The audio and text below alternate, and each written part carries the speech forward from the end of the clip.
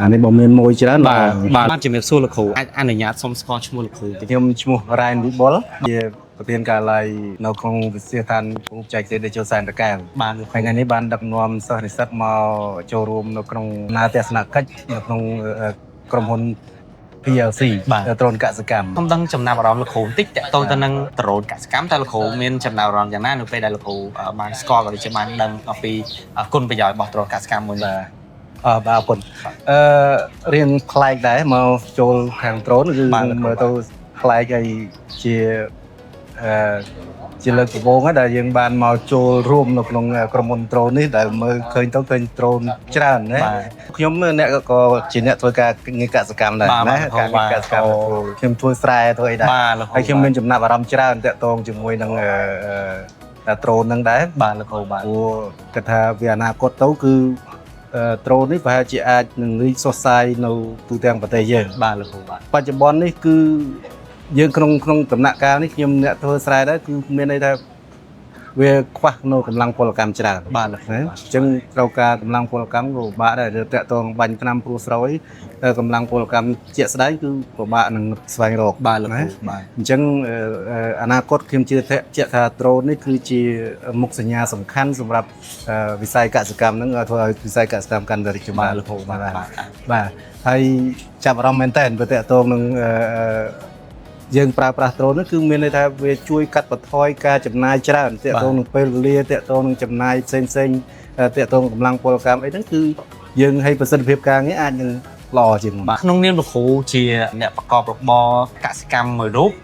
ឃើញថាបើសិនជាលោកគ្រូតាំងពីដើមឡើយនៅក្នុងការបាញ់ថ្នាំឬមកក៏ធ្វើអីក៏ដោយដោយអត់ប្រើដ្រូនឃើញថាចំណាយពេលច្រើនដែរទេគឺការចំណាយពេលខ្ញុំបញ្ជាក់ចឹងគឺបើយើងគិតពីពង្រោះស្រូវបើក្នុងមហត្តាក៏យើងអាចប្រើរហូតដល់1ម៉ោងទៅ1ម៉ោងកន្លះដែរបានហើយមហត្តាបាញ់ថ្នាំក៏វាអាចអញ្ចឹងដែរណាវាអាចវាប្រើពេលរយៈពេលយូរត្រឹម1ម៉ោងអីនៅក្នុងមហត្តាហើយការបាញ់ថ្នាំវាអត់អាចសពមើលទៅអាចសពដូចជាយើងការប្រើបច្ចេកទេសដ្រូនទេព្រោះដ្រូន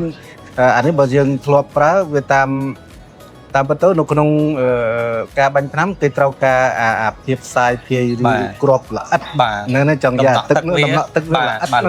ហើយពេលខ្លះអ្នកបាញ់ថ្នាំហ្នឹងគាត់មិនទេខាងខ្ញុំមិនជួនពេលខ្លះគាត់ចោះបន្ថែមដើម្បីបាញ់បានលឿនបាទអញ្ចឹងវាធ្វើឲ្យទឹកហ្នឹងវាអត់បានផ្សាយភាយស្អាតទៅលើស្លឹកស្រូវទេព្រោះស្លឹកស្រូវវាភាគច្រើនវាត្រូវការស្រូបយកអាធាតុល្អិតនៅក្នុងហ្នឹងណាអញ្ចឹងការប្រសិទ្ធភាពនៅក្នុងការប្រើប្រាស់ដ្រូនហើយនឹងការងារយើងប្រើប្រាស់កម្លាំងពលកម្មអាចខុសគ្នាទី1តកតងនឹងពេលវេលាគឺយើងអាចកាត់បន្ថយច្រើនហើយនឹងប្រសិទ្ធភាពនៅក្នុងការបញ្ជ្រាបថ្នាំចូលទៅក្នុងស្រូវហ្នឹងគឺអាចបានអញ្ចឹងឃើញថាអត្ថប្រយោជន៍នៃការប្រើដ្រូនទីច្រើនតាមហើយសូម្បីតែអតិថិជនរបស់យើងមួយចំនួនដែលគាត់បានទិញដ្រូនទៅមិនត្រឹមតែបាញ់ស្រែឬមួយក៏ចំការខ្លួនឯងទេខាងទាំងទៅប្រកបរបរខែមកតង់មកទៀតសម្រាប់ជីវភាពឬមួយក៏រយចំណូលចូលទៅក្នុងគ្រួសារបងអានេះបងមានមួយច្រើនបាទលោកគ្រូបាទអញ្ចឹងក៏អរគុណលោកគ្រូការផ្ដល់បទសម្ភាសន៍ហើយក៏អរគុណសម្រាប់ចំណាយពេលវេលាអញ្ជើញមកតាំងពីខេត្តតាកែវរហូតមកដល់សាខារបស់យើងមកលោកគ្រូអរគុណច្រើនអរគុណព្រោះចង់ឲ្យថាខាងសាលាហើយនឹងខាងក្រុមហ៊ុនដ្រូនហ្នឹងគាត់មានទំនាក់ទំនងទេដើម្បីបង្កើតឲ្យមានធនធានដែលយើងចេះទៅតទៅនឹងការជួសជុលដ្រូននឹងបានច្រើនដែរបាទអរគុណច្រើនលោកគ្រូនាំចូលនិងចែកចាយដោយក្រុមហ៊ុន PLC Profit Linker Cambodia